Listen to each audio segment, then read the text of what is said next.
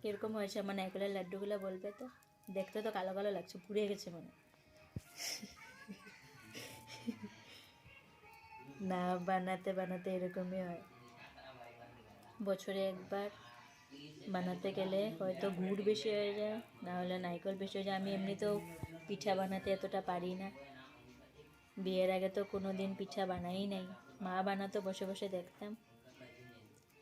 এখন তো নিজেকেই বানাতে হয় আমার বাচ্চাদের জন্য। গুড আফটারনুন বন্ধুরা।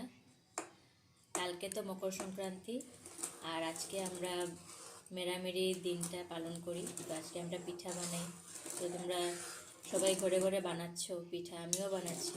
তাই ভাবলাম আমার পিঠা বানানোর এক্সপিরিয়েন্সটা আর কীরকম ভালো বানাই না খারাপ বানাই পিঠাগুলো তোমাদেরকে দেখাবো বানিয়ে বানিয়ে। তো এখন আমি নারকেল আসানো শুরু করে দিয়েছি। ফার্স্টেই তো আমাদের নারকেল আসাতে লাগে।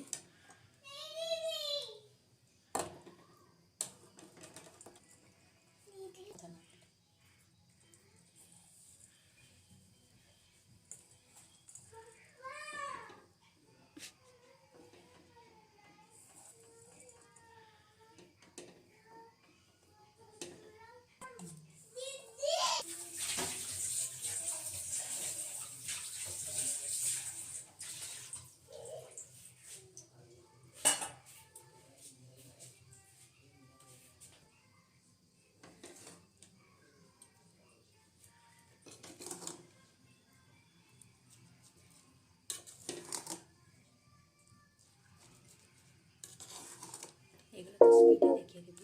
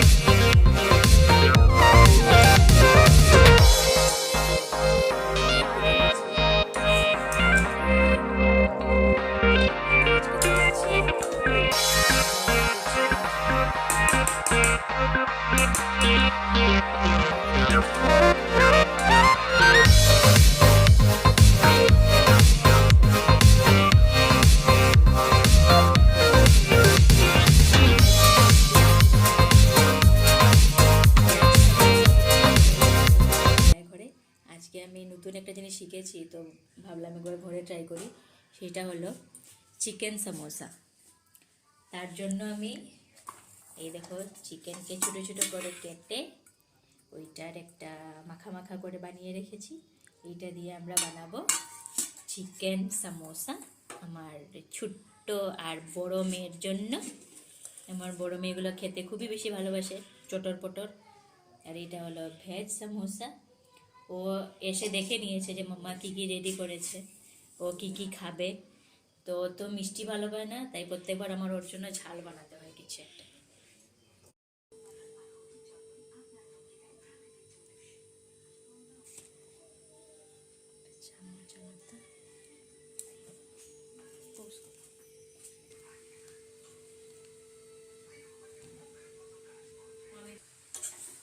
আমার নারকেল আসানো মোটামুটি কমপ্লিট, অলমোস্ট ডান। আগে কালার আসছিল না, তাই একটু চিনি দিয়েছি, দেখো এখন কি সুন্দর কালার এসছে। জলটাও টেনে নিয়েছে, নারকেল থেকে তো একটু জল বেরোয়, ওইটাও টেনে নিয়েছে। দেখো কি সুন্দর লাগছে দেখতে। এখন নারকেল আসানো হয়ে গেছে, কি সুন্দর কালার হয়েছে দেখো।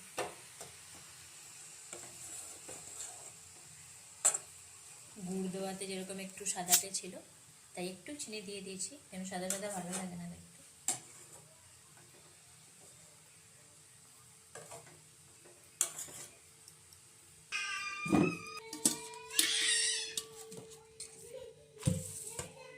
এখন আমি বানাতে চলছি,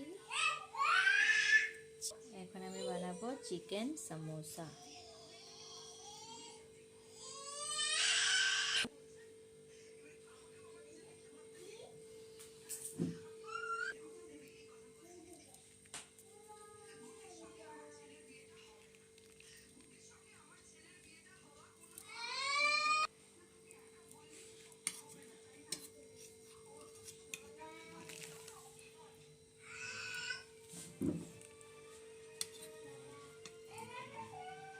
বেশ বড় হয়ে গেছে ফার্স্টেই দুইটা, পরের বার থেকে একটু ছোটো করব, বেশি বড় বড় সমস্যা হয়ে গেছে, এটা সাইজটা আর একটু ছোটো করতে হবে।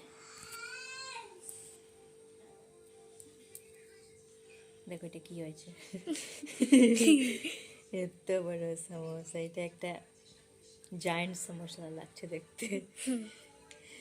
তো এই চিকেন সমোসা বানাতে গিয়ে ফার্স্ট সমোসাটাই আমি একটা জায়েন্ট সমোসা বানিয়ে দিলাম। এখান থেকে ছোটো ছোটো করতে হবে।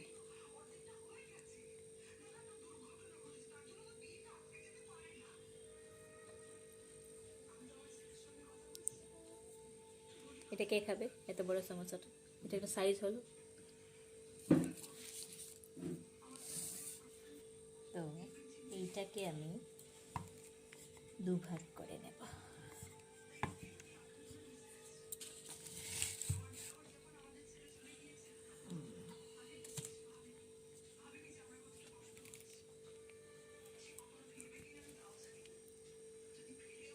এটা আবার বেশি ছোট হয়ে যাচ্ছে।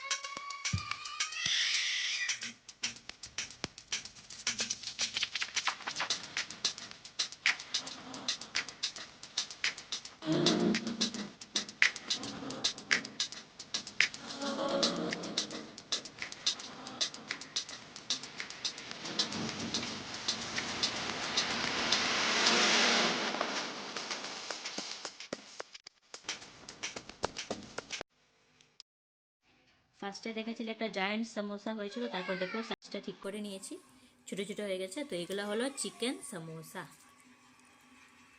লাগছে যেমন এটা ওদের মা, কি বড় দেখো, আর বাকিগুলা ছোটো ছোটো।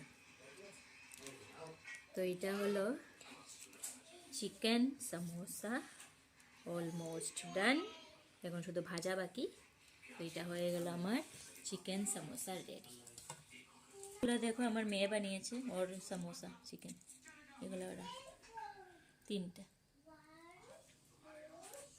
তো এখন বানাবো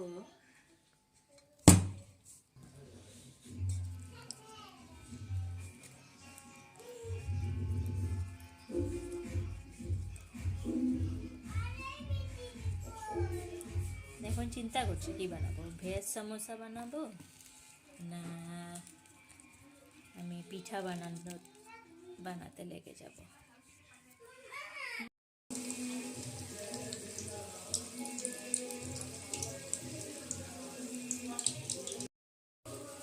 পিঠা তো এখনো বেশি কিছু বানাতে পারি নাই, সমোসাগুলো হয়ে গেছে, চিকেন সমোসা, তাই ভেজে ওদেরকে খেতে দিয়ে দিচ্ছি।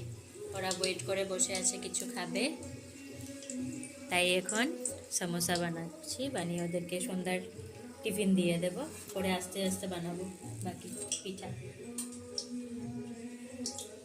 2-3টা বকফুল বানিয়ে রেখেছি, দেখো ওইখানে ওই টেবিলে।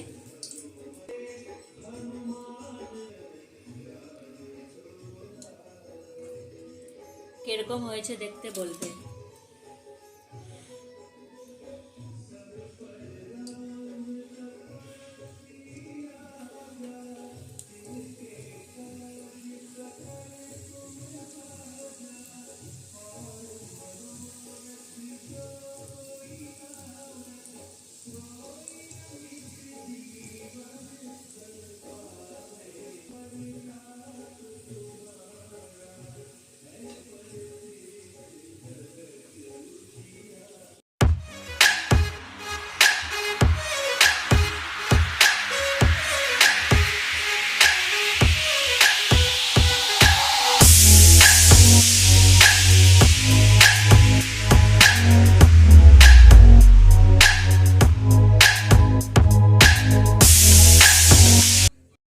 তো দেখো এখানে আমি দিয়ে নারিকেল যে আসিয়েছিলাম সেটা দিয়ে কয়েকটা মাত্র বকফুল বানিয়েছি। আমার কোমরে ধরে গেছে ব্যথা, আর পারছি না, দেখি আবার পরে একটু বানাবো। আর এখন আমি কয়েকটা ভেজ সমোসা বানিয়ে নিই।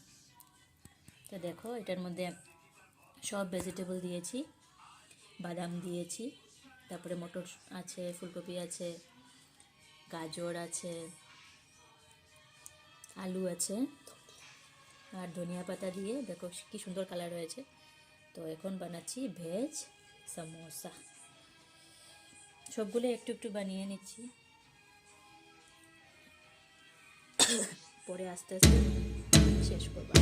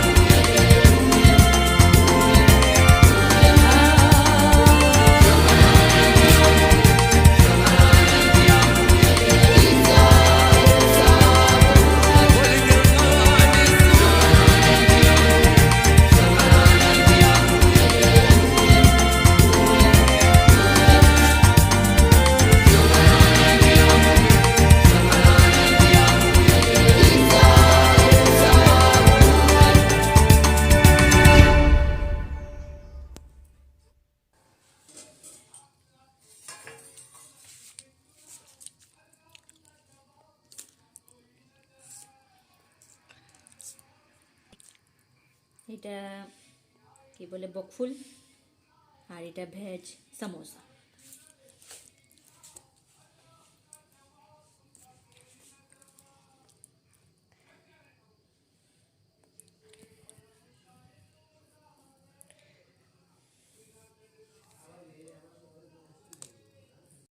চিকেন সমোসাটা খাচ্ছি, দেখছি নিজে বানিয়ে কীরকম টেস্ট হচ্ছে।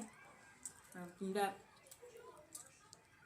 যাই টুকটাক দেখেছি ওগুলো দেখবে, এনজয় করবে। Happy Makar Sankranti all of you. আর আমার চ্যানেলটাকে সাবস্ক্রাইব করবে যদি ভালো লাগে, শেয়ার করবে, আর অবশ্যই একটা লাইক করবে। Good night.